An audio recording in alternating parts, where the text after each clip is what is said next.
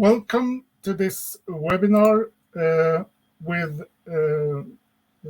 called Reducing the Environmental Impact of Food with Dr. Joseph Poore from the University of Oxford. Joseph is the director of the Oxford Martin Programme on Food Sustainability Analytics, and he will be talking about his research in just a few moments.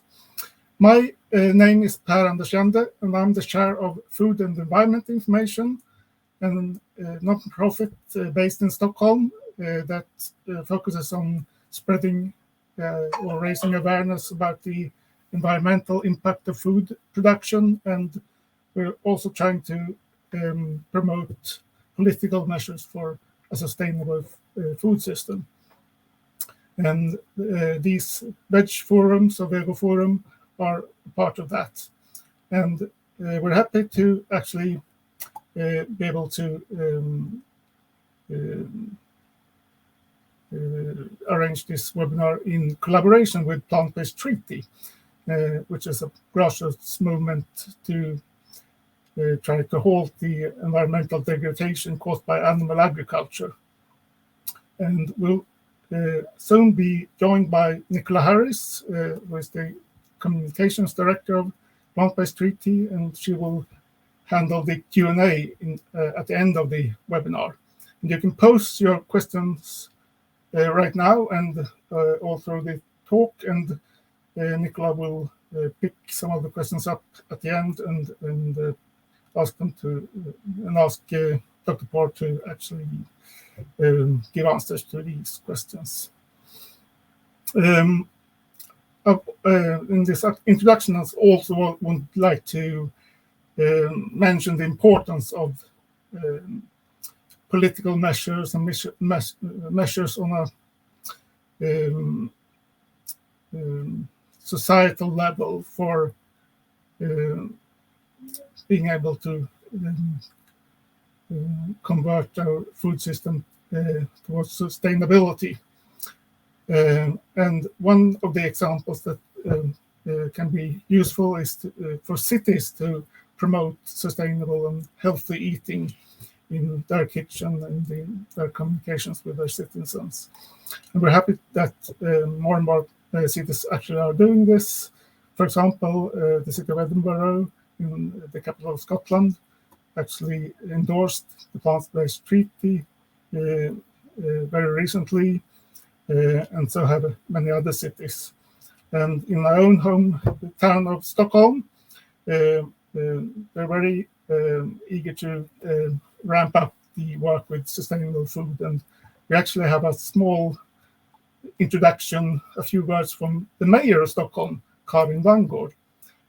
She can't be here in person live, but she has recorded a short video about why it's important that public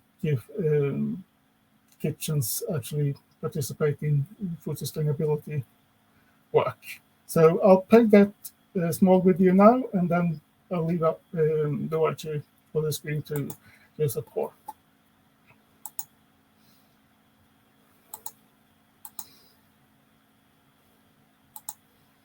If we keep producing and consuming food in the way we do today, we will not reach the Paris Agreement. And the world, as we know it, won't be the same. A third of all greenhouse gases come from food production. Animal products accounts for more than half of those, mostly from beef and cow's milk.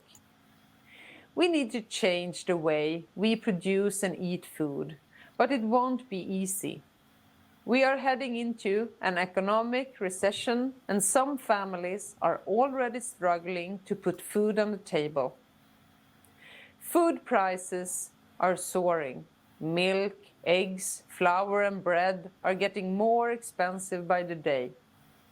The sale of organic products have reduced dramatically when many people cannot afford the slightly higher price. However, you should not blame individuals for not buying the organic food. We can't put the burden of the climate crisis on the shoulders of individuals alone. The power of structural change lies on us. Now is the time for states and cities to take a greater responsibility for the food that people consume. The city of Stockholm has set high goals for the years to come. In our city, we have nearly 1 million inhabitants.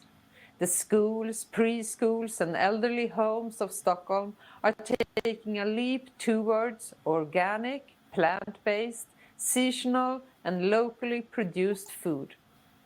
When the city purchases food, it's always with high standards for animal protection and restrictive use of antibiotics. We do this because we know that we have a great responsibility, not only for the environment and animal care, but for our citizens. Stockholm should be an equal city where everyone, whether you come from a wealthy home or not, get good, nutritious, and sustainable food. Let's cooperate and take common steps for a just transition in the cities and in the world. Thank you.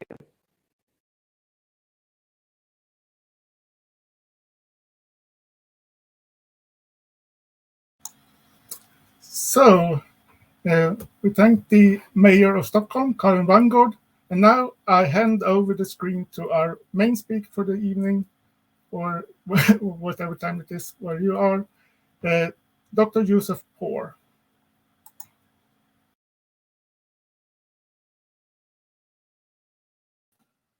Hi, yeah, thank you very much for having me here. I'm really looking forward to presenting. So I'm just going to put my presentation up. So hopefully you can see that. If not, come in and let me know. But I'm going to talk about some research that I started in 2013, 2014, and was published in 2018, and then we've kind of been developing it since then. The paper was published in Science, and it's called Reducing Food's Environmental Impacts Through Producers and Consumers. There are two aspects of that paper. There is how we change or how we reduce environmental impacts through consumers and diets. And that's going to be my focus for today's talk. I'm really going to focus on plant-based diets in particular. The article, if you just Google Poore and Nemecek, will come up online, and there's all sorts of stuff in that article about how we can change farming practices, how we can move towards outcome-based environmental management in food supply chains. But I'm not going to focus on that today. I'm going to primarily focus on plant-based diets.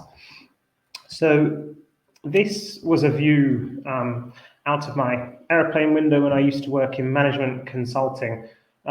This is a view over Eastern Europe, and I was started thinking, why is there so much farmland? Why is there so little nature? Where has all the nature gone?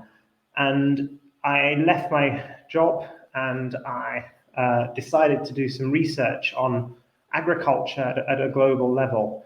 And as I started to look at land use and how land is used on Earth, I came across these maps by Earl Ellis, and you see globally that urban areas are kind of, maybe 2% of the world's land, quite substantial.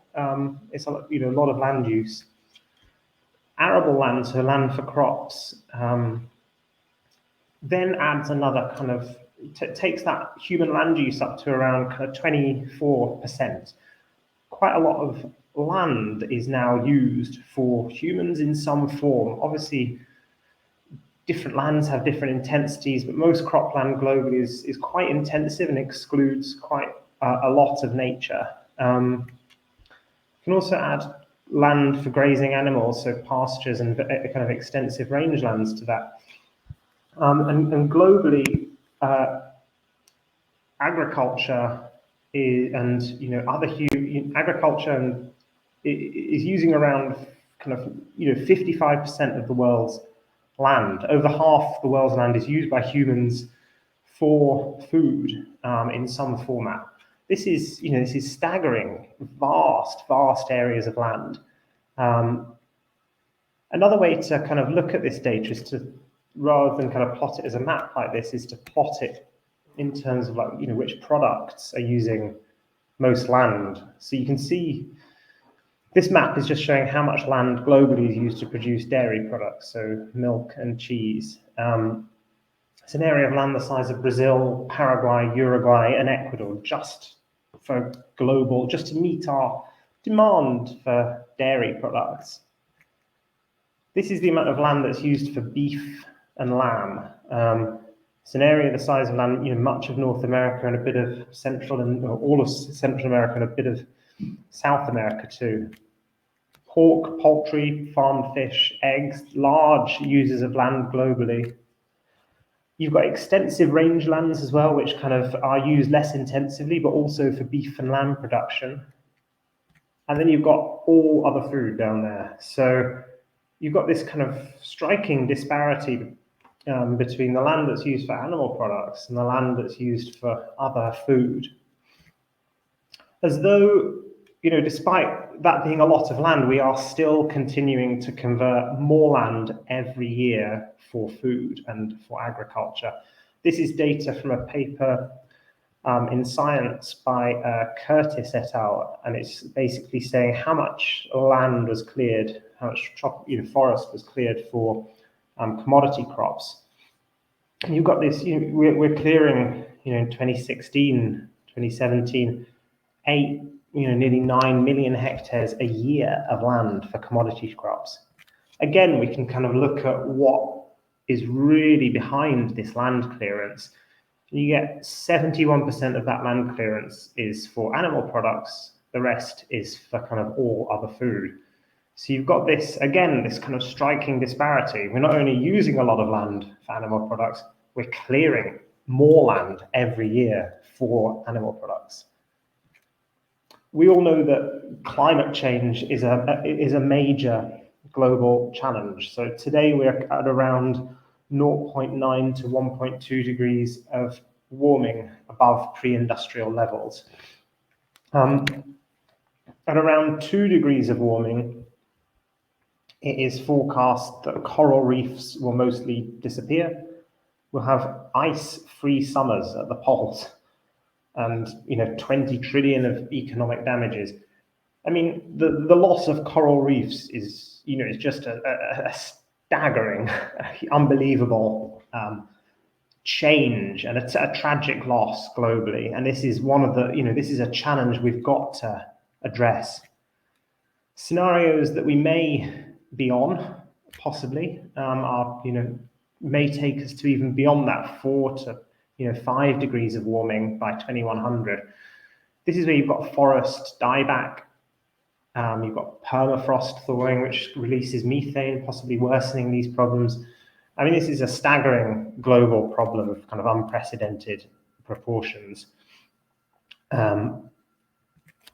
You can look at what's causing that again. So around 26% is food. That's what I estimate. That I recognize the mayor of Stockholm gave a different estimate, a third. A website called Our World in Data and a post by Hannah Ritchie does a very nice comparison of this 26% versus that 33%. If you're interested in the details, I estimate that 26% of global greenhouse gas emissions are related to food, and another 5% are related to non-food agriculture. So again, we can look at which food products are causing this. Around 60% is your kind of farmed animal products, and another 2% is your kind of is your capture fish. So again, pretty striking disparity. Animal products are really behind a lot of this, a lot of climate change in the food sector. So we can, as I've already said, land use, deforestation, greenhouse gas emissions, 80, 70, 60 odd % of the impact is your kind of farmed animal products.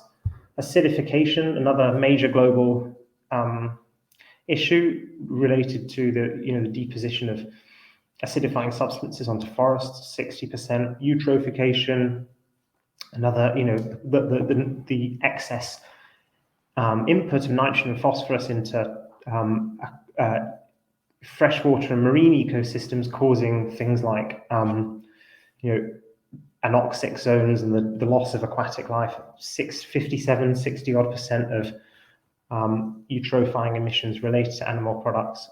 Water use is a much lower number. You've seen some, we estimate this is freshwater withdrawal, so irrigation water use. You see different numbers if you think about what some of the numbers Cowspiracy reported in terms of, they're saying much higher numbers in terms of animal products, and I'd be happy to pick up that disparity in the discussion. But I think the key point of this slide is pretty clear. A very large share of food's environmental impacts relates to animal products, yet they're providing just 37% of our protein, 18% of our calories. A huge disparity in terms of what we're getting back in nutrition compared to the damage that we are causing. So the study that we published was based on a meta-analysis of data from 40,000 farms in most countries globally. And the data we generated considered the full food supply chain. So from the clearing of land for agriculture and all the emissions that causes, all the farm operations, fertilizer production, irrigation, greenhouses, the manufacture, application and manufacture of fertilizer, aquaculture ponds, the emissions they create, animals, the emissions they create, food processing, food packaging, transport, and retail. So we did a full supply chain assessment using life cycle assessment methods to do this. And you can look at the results in a different way to what I was showing before. Rather than the global results, you can look at the range of environmental impacts for different farmers producing a product. So I'll just explain this chart. This is showing the full life cycle environmental impact of producing 100 grams of protein from the different sources listed down the left. The bottom of the blue bar represents a kind of lower environmental impact farm, or a 10th percentile global producer. The top of that bar represents a 90th percentile impact farm, so a high impact global producer.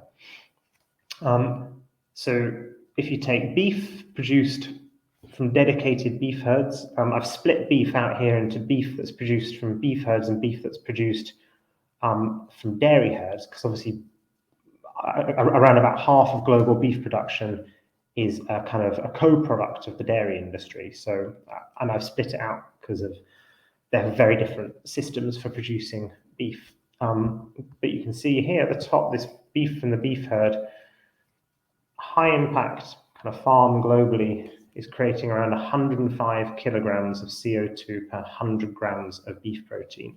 Low impact beef producer around 20. So there's a lot of variation within these beef farms. And as I said at the start of this lecture, we discussed like how you could use that variation to reduce the impacts of beef in the paper separately. Here I'm focusing on the kind of more like the differences between products. So you can also look lamb, slightly lower impacts than your beef, still a lot of variability.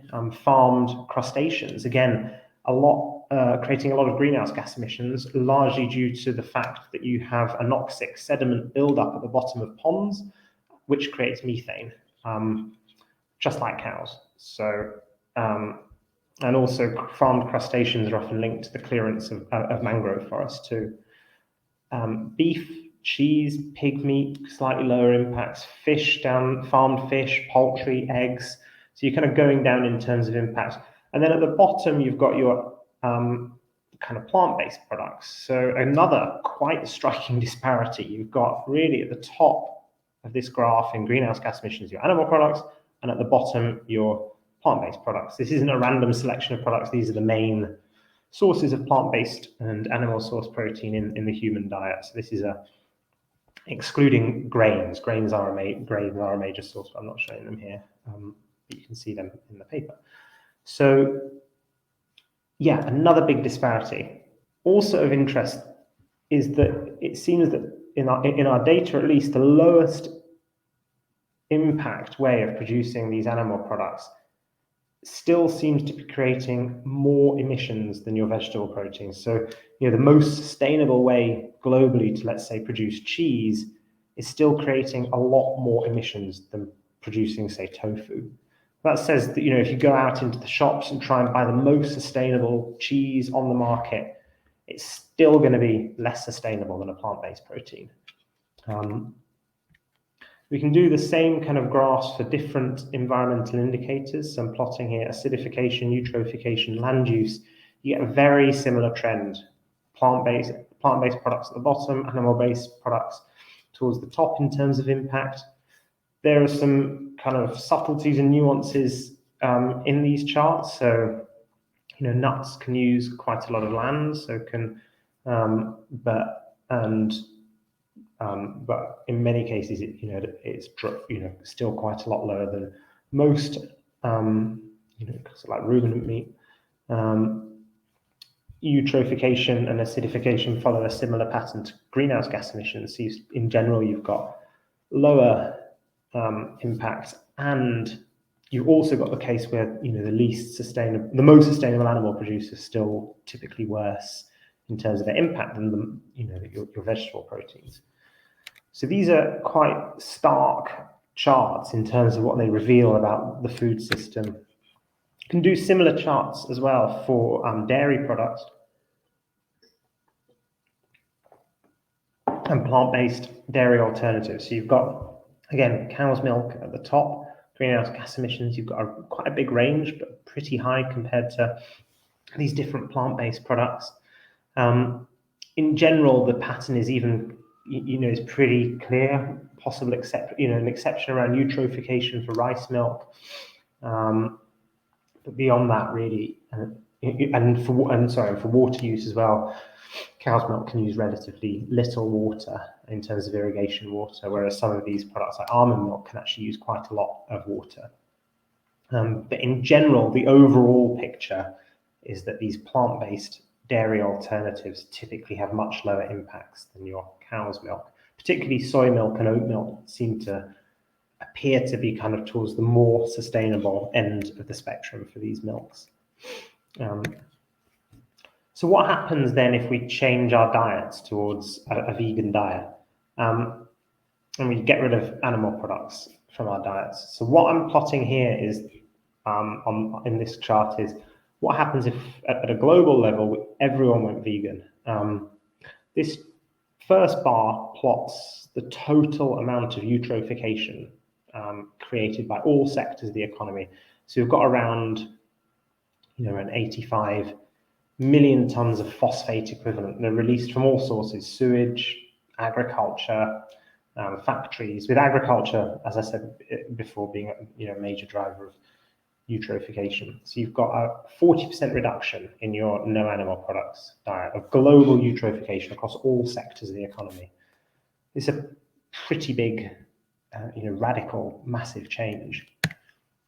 Land use, something, what I was talking about right at the beginning. Globally, total agricultural land use falls by 75% if we, adopt a plant-based diet. Arable land use in particular, so just cropland, falls by 20%. A lot of people say, vegan diets would use more cropland. That's not what you see in the data, not in our data, nor in other studies that I've seen. You actually see a reduction in cropland use as well. And the reason for that is that many animals are fed concentrate feed, so stuff like soy, or stuff like, palm oil, expeller, etc. And the benefits, changing out of, reducing consumption of animal products reduces the need, it reduces the amount of feed required, which reduces overall arable land. The amount of extra food that you would intake in terms of plant-based equivalents doesn't even come near to switching that the other way around. You can also plot a map of what the world would look like from kind of space if we adopted a plant-based diet. Now, I don't have the full modeling to be able to do this properly, and I'm really interested in working with systems modelers to be able to explore this, but this map kind of just gives a rough indication of kind of the potential amounts of land we might spare in green, whereas yellow is probably the land that would remain in agricultural cultivation under a vegan diet. But this, in green, you're sparing huge amounts of land globally. If you looked at the planet from a different, star, or from a satellite or whatever, the Earth would regreen at a huge level. Another way to think about these land use benefits. So if you take the land per person on Earth, so if you take all the land on Earth and divide it by the human population, there's about 17,000 meters squared of land per person, which is not actually very much. It's like a few football pitches of land. It's the world is quite a small place, really. Our global diet currently uses around 6,000 meters squared of that land. And there's your no animal products diet, 1,500 meters squared of land per person per year. This is a radical drop in the land that we could use. And you think about all that spared land. Obviously, there are lots of different things that we could do with that land. One option is to simply let it go back to nature. And I'll talk about that in a sec. But there are many other options. One option, which I'll also talk about in a minute, is you could use it for biofuels and substitute out demand for things like petrol or other fossil fuels, diesel, etc. Another option is we could expand the amount of land we use for farming, but reduce the intensity. So maybe the world could go completely organic, or very low intensity farming with no pesticides, for example. But just considering a situation where we just let the land go back to nature, these are very rough estimates that I did, which is just to say what's the total number of birds that 4,700 meters squared of land could host? What are the number of mammals? What are the number of reptiles? What are the number of amphibians? You can see, we are bringing life back to Earth. We're also storing that land at a global level from a really nice paper by Kurt Schmidiger, who I noticed is one of the plant-based treaty signatories in 2012. He's really one of the first people to look at this. He said, okay, under a kind of plant-based diet, how much carbon would be stored if that land went back to nature, the land you spare? And globally, on average, we're talking about storing around 150 tons of carbon dioxide in plants and in soil. So I'll just put that into a bit more context. But just as a kind of headline numbers, this land that you spare from changing diet brings back biodiversity, it stores carbon. So if you, just to put that kind of carbon number into context a bit more, these are global greenhouse gas emissions per person. That bar on the left, we're kind of around about 7.5 tons of CO2 equivalents per year per person. A plant-based diet would reduce that by around 30%. So you've got the benefits of your emissions reduction in terms of less cows producing methane, less growing crops to feed animals. But you've also got the benefits of all that in green, of all that land, or the nature on that land, or the vegetation on that land regrowing and storing carbon. So this is a very large number for diet change, and I think it's still, a lot of people have missed out that green bit when they think about diet change. You see some people saying, a vegan diet is going to save 2% of global greenhouse gas emissions, or 5%. And the reasons they get such low numbers is they don't consider the full life cycle of the product, everything from deforestation right through to retail and packaging. And they also don't consider this carbon sink, and that's their major emissions in those omissions in their emissions calculations. And when you account for that, you get this much bigger reduction. That doesn't mean there's not a lot of other stuff that we should be doing. You know, you've got a lot of grey left in that no animal products bar, and I think we need to, you know, that bar in total has got to shrink by, you know, a lot. I can't give you the exact number off the top of my head, but it's got to shrink by a lot more to get to kind of 1.52 degrees. So, you know, we still need to do everything else in our lives. You know, don't, you know, minimize your flights or don't fly. You know, insulate your homes, all the kind of stuff that we know we need to do to tackle our climate change emissions at an individual level, and also with the stuff you guys are doing at the societal level. One of the interesting things, though, is that in the IPCC, the Intergovernmental Panel for Climate Change scenarios, they have in the kind of trajectory to achieve 1.5 or 2 degrees of warming, this massive negative emissions zone.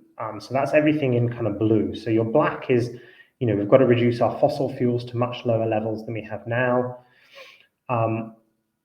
Whereas you've also got to generate negative emissions. You've actually got to take carbon dioxide out of the air. Yeah, and the main kind of scenario they currently see as being able to do that is called BECCS, bioenergy, carbon capture and storage. And for this BECCS scenario, you need a lot of land. You need a lot of farmland. So one of the things that I don't feel as though the IPCC is quite reconciled is where are we actually going to get that land? You know, to achieve 1.5 degrees, we need a lot of land. Where are we going to get it from? I think hopefully those previous slides that I've shown give the answer. We need diet change to free up and liberate large amounts of land, both for natural, you know, revegetation growth, for rewilding to bring species back, but also for this kind of negative emissions, this growing bioenergy crops that substitute out fossil fuels and the carbon storage that creates.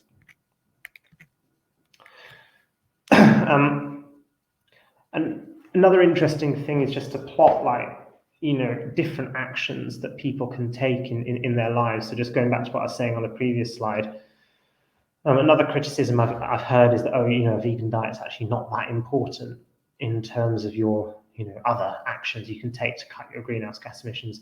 That's not what we see in our data. This is just data for Europe, comparing different things you can do in your life to reduce your emissions. Go car free, or, you know, avoiding one transatlantic flight.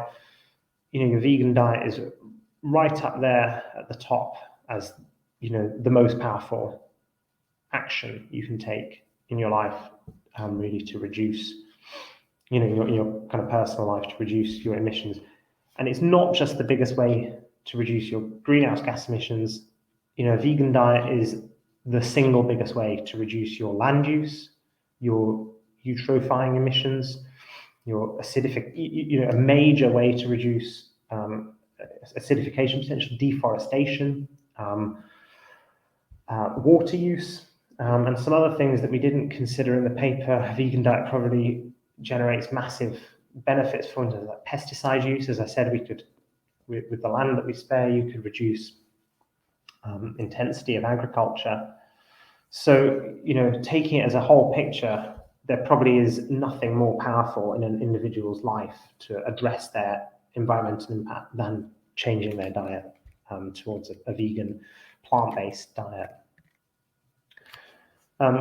Obviously, as we go on that trajectory towards plant-based, which we hopefully will as, you know, humanity, we can move towards that kind of plant-based diets in a more sophisticated way. And if we can change people's consumption of animal products to avoid the highest impact animal products, that can achieve a lot of benefit quickly. So this scenario says, what if we reduce our consumption of each animal product, so beef, poultry, dairy, by 50% by targeting the highest impact animal product producers first? That can achieve 70% of the benefits of the full vegan diet. So your 50% reduction in animal products can achieve 70% of the full environmental benefit. You also see this for other products. It's not just meat. We can also use these kind of same effects of targeting the least sustainable producers and reducing consumption for them first. Things that we overconsume as well as meat are things like oils, sugars, unfortunately alcohols, stimulants, so like coffee, cocoa, chocolate, and reducing consumption of these by 20% by avoiding the highest impact producers can reduce our can reduce our impacts by 45%. So as we go on this trajectory to reducing animal product consumption, we can, making our diets overall more, healthy, is to target the least sustainable animal product producers first. And the only way we can really do that is if we actually generate more information on who those least sustainable producers are. And that's like a key part of the research that I do. It's a key part of the imperative, a lot of the research, lots of organizations are doing now to understand the environmental impacts of their supply chains. Is a key motivator for things like food environmental impact labeling. So you actually know the impacts of different producers of different products.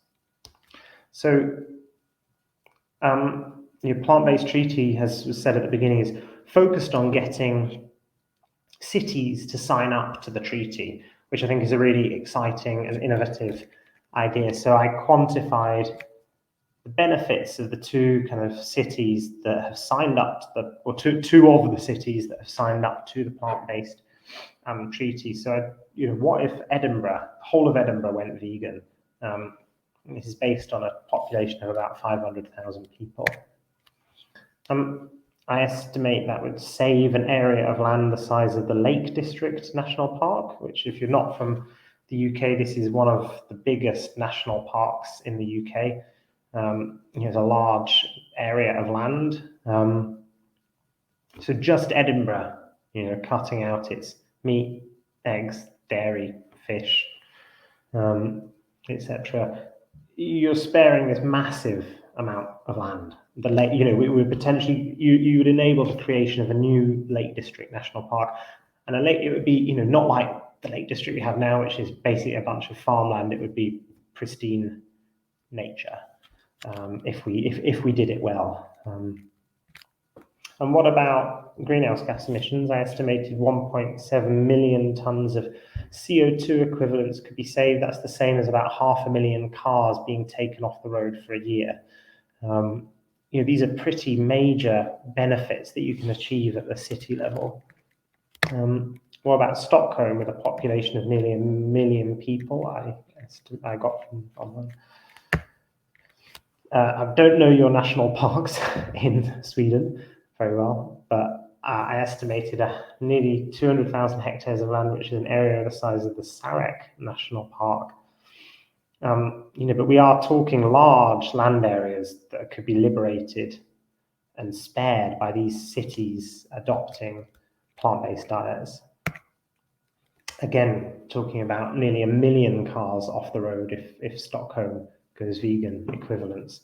These are very, very large benefits to cities adopting plant-based diets. I think it's a really great initiative that the plant-based treaty is doing. I think it's essential to get more cities signed up and really get those cities committing to, delivering on what they've committed to. I thought I'd just have say, what I'm focusing on in terms of my research at the moment. I'm focusing on quite a few different things, but one of the things that I'm really interested in is veganic farming.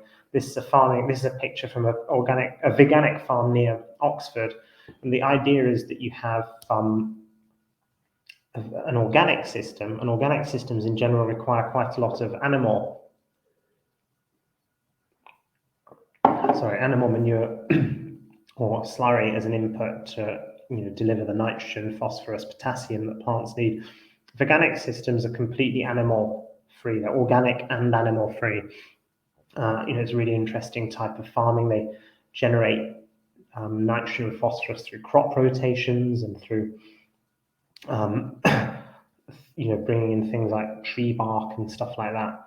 So it's a system where you go to organic, so pesticide-free, synthetic fertilizer-free system, and you're doing it without animals as part of the system.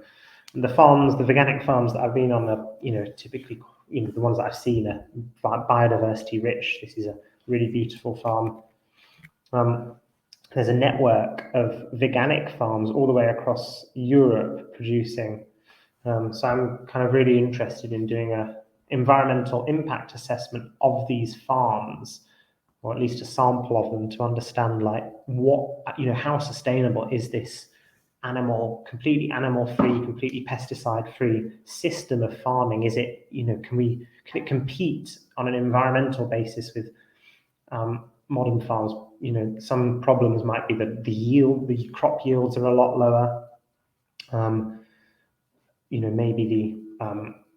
Maybe there are other issues caused by these systems. So it's something I'm really interested to explore. But if we can prove that, or provide good evidence, provide good evidence that veganic is quite sustainable, I think that's a very interesting conclusion for scaling up veganism to the kind of global level, and ensuring that scale up is truly sustainable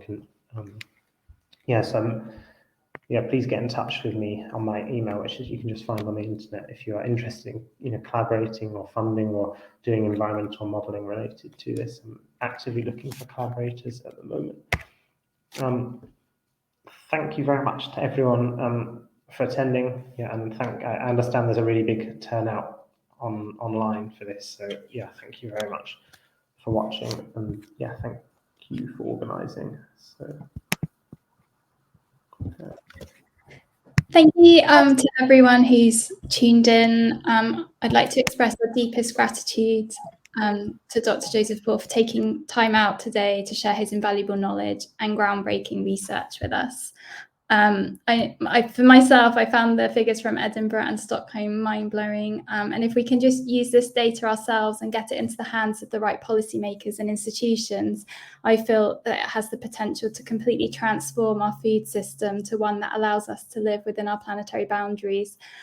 Thank you for everyone who's posted questions in the chat. And the first one that we'll put to Dr. Joseph Poore is about the contribution of greenhouse gas emissions. Why is there so much variation about the contribution of animal farming in terms of greenhouse gas emissions? There are different studies that seem to reach different conclusions. In the chat, Deborah Shapiro and a few others sort of picked up on this. I know that the UN FAO's new model, GLEAM 3, cites just 11.1%.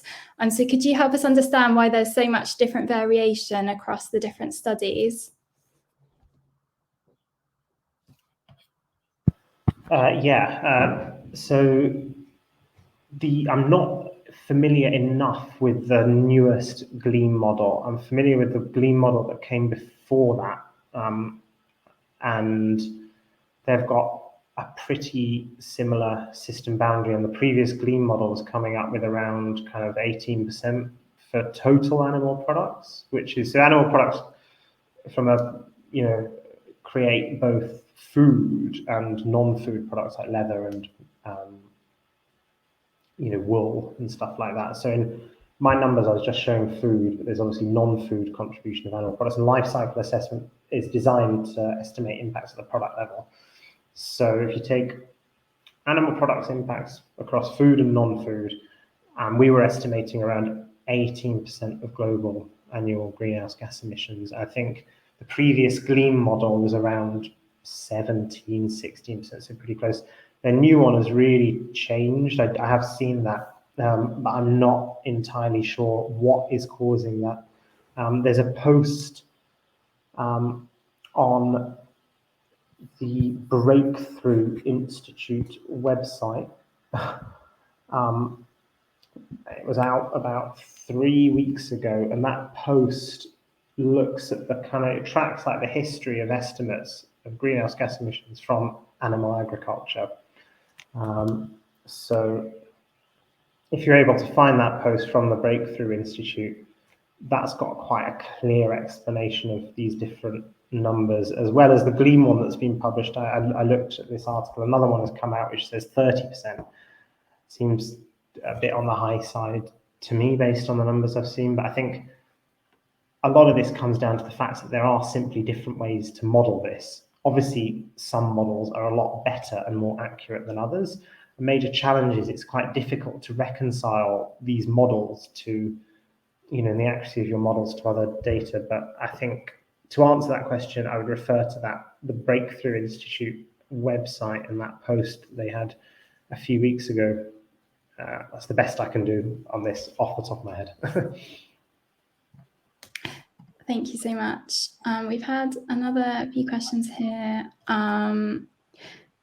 So someone has asked, what are the biggest challenges that you've had against your research? And then another person, Martin Muller, has also asked, have you received any rebuttals or criticism from the meat, dairy, egg industries as a consequence of your study?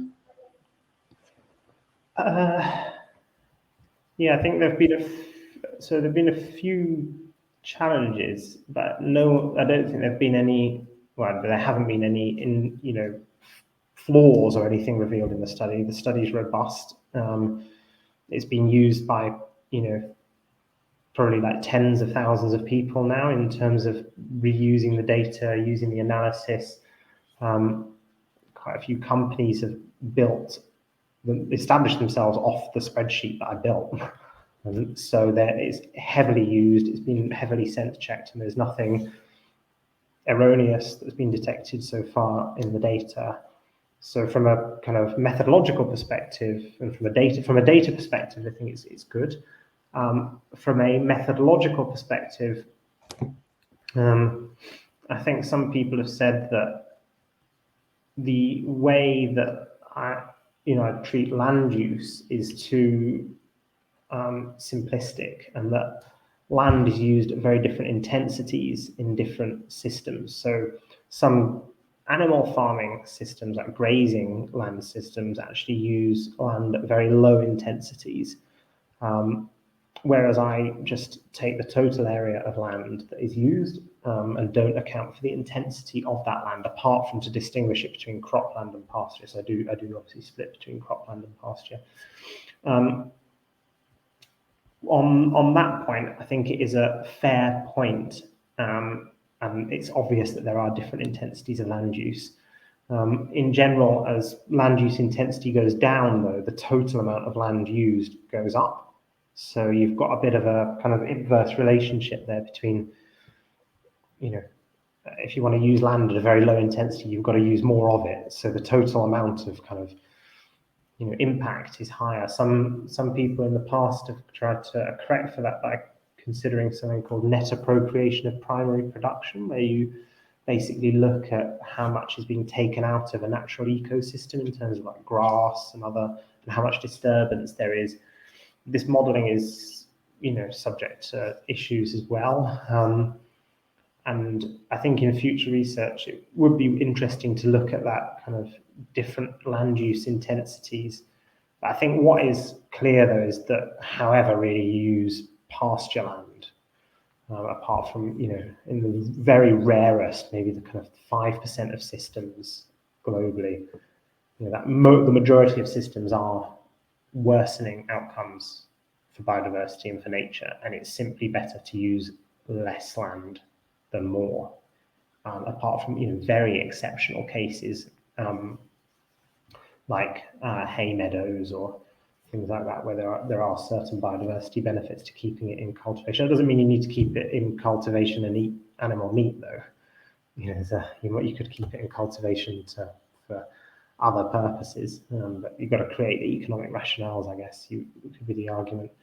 So that's kind of one criticism that has come up on land use intensity. I don't think changing that will change the results. Another criticism that's come up is I didn't consider pesticides in the data. And one of the major but very unknown area of the damage humans are doing globally to non-human animals is the emissions of pesticides, and also to ourselves, the emissions of pesticides into ecosystems, and also the effects that pesticides are having on humans. And so a common indicator in life cycle assessment is pesticide toxicity or ecotoxicity or human toxicity. And there simply wasn't enough data in the studies we collected to generate estimates of pesticide toxicity. And I do, that's one of my regrets from the study. It's something I really wish I had included because it's a very important issue to me. We are rebuilding Poore and Nemecek 2018 there's a new version that's we're kind of slowly releasing online at hestia.earth. So it's in development. It's a project. It's probably going to take us another 2 or 3 years to get another big data release like Poore and Nemecek, but that will have pesticide toxicity.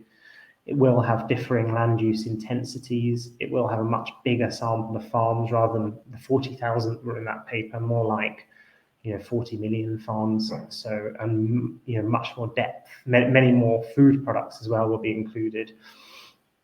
So yeah, keep your eyes on that space on hestia.earth, but be aware it is a in progress research project, and don't trust the results until they're published, kind of thing. Yeah, those are 2 criticisms that I've had, and as I said before, I don't think nothing has come up yet that at all undermines the data. In fact, the robustness of the study is being proven even more by the heavy usage that it's had. Thank you, that's amazing. Next question, what would your plant-based milk of choice be based on the data that you've discovered? Yeah, okay, good question. Yeah, I think that's a really difficult one because I have a local oat milk company that does a very fresh glass bottled, returnable bottle oat milk. I live near Manchester, and it's a really amazing product. And maybe I should email them and see if they want to do an environmental impact assessment with me. But I haven't done that yet. But I think probably oat milk does tend to come out quite well on the numbers. It's got it's got a slightly lower protein content though than soy milk. So soy milk has an equivalent protein content to dairy milk, around kind of 3.5%. Whereas oat milk, you'd be hard pushed to get kind of 1.5-2% protein out from an oat milk. Like Oatly, I think, has about 1%.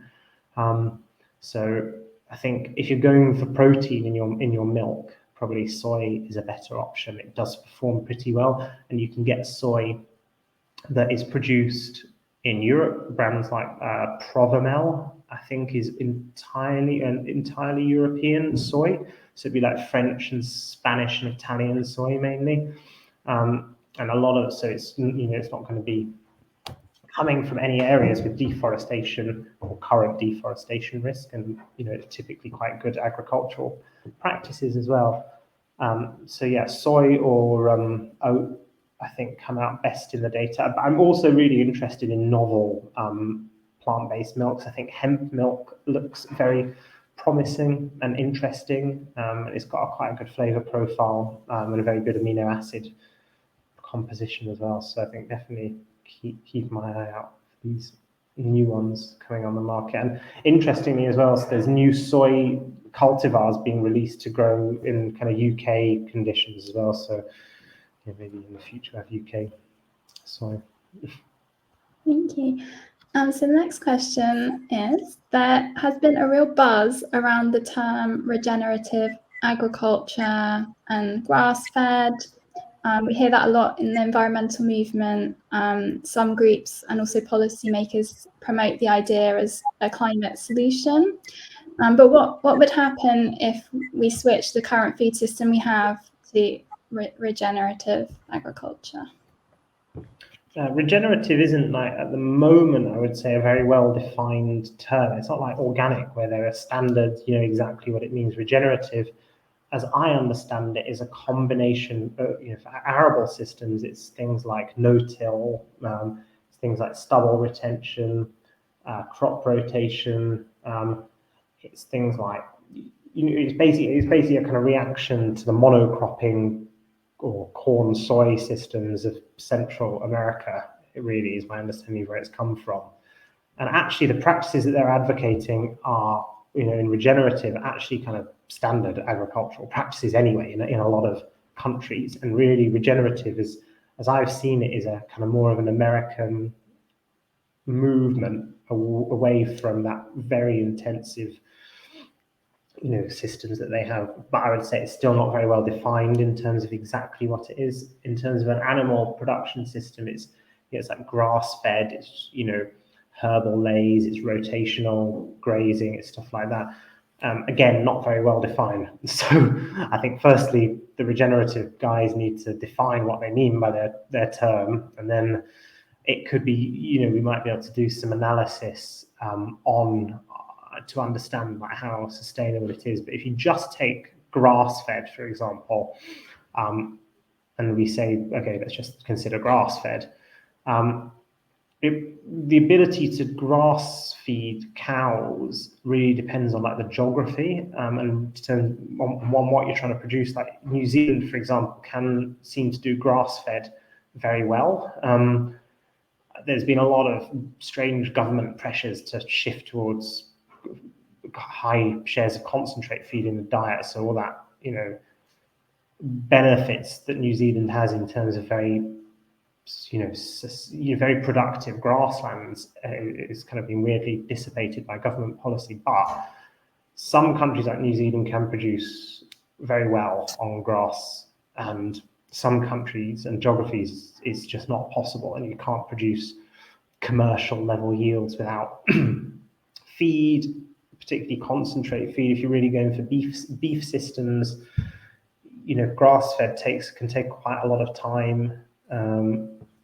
Require very large areas of land compared to concentrate feed. So, again, really context dependent.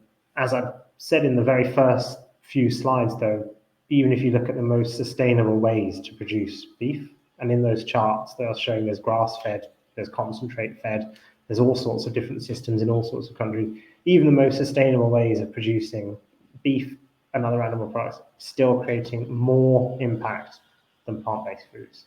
So why not just go plant-based? I agree. We've got time for one more question. So a leaked draft of the latest IPCC report shows that there were calls for a shift to a plant-based diet, but these seem to have been lobbied and against, and they were removed from the final summary. So plant-based, the word plant-based was completely removed. What can we all do to support those in the scientific community doing this research to help make sure that this important research isn't silenced and that it gets to the right people? And how do we get more of the scientific community on board with the benefits of a plant-based diet?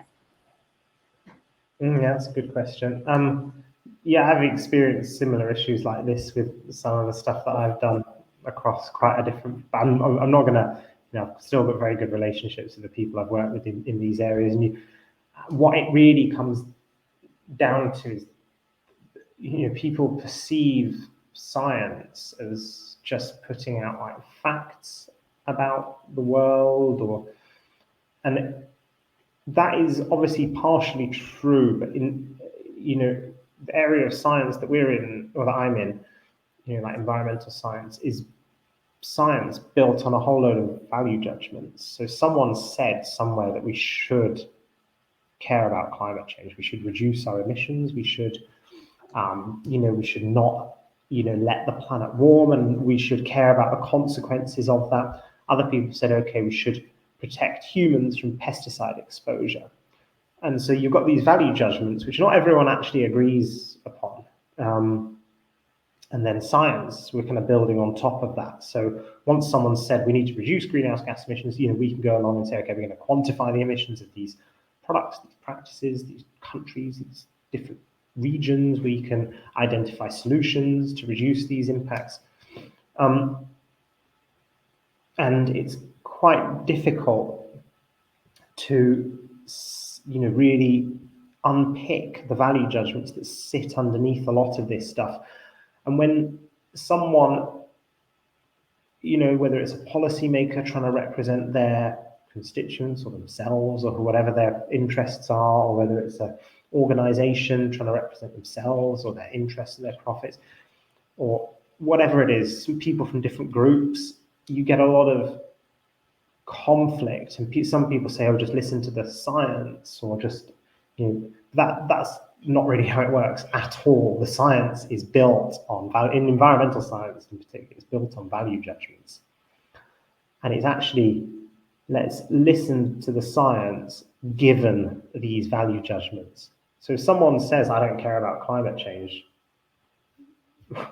there's not much more you can really do in terms of, listening to the science. Isn't, you might persuade them with a few more facts, but that's really, there are limits, and it's really about, this critical role to changing values that people have also got to take into account. And one of those values might be trust and transparency, that we think trust and transparency is important. And if we do think that, there shouldn't be suppression of things like, facts about plant-based diets. Another value might be, we should care about other species just as much as humans, or other species weighted by their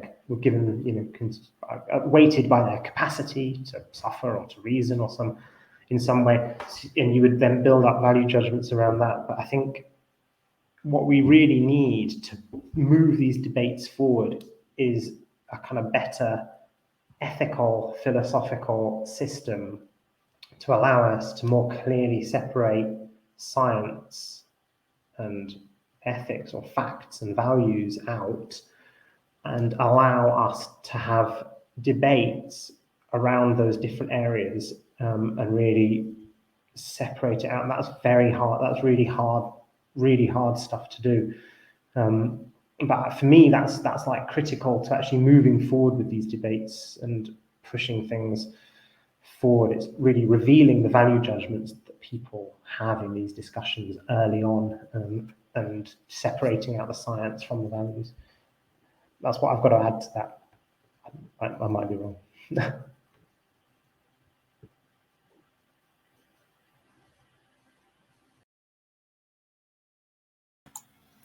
So, thank you very much, Dr. Joseph Poore, for a very informative talk and for answering all the questions. And also a big thanks to Nicola Harris and the rest of the Plant-Based Treaty team. And of course, I would also like to thank Mayor of Stockholm, Karin Wangård, for her inspirational words in the beginning of the webinar. And not least, I would, of course, like to thank you in the audience, because it's very inspiring that so many people are participating.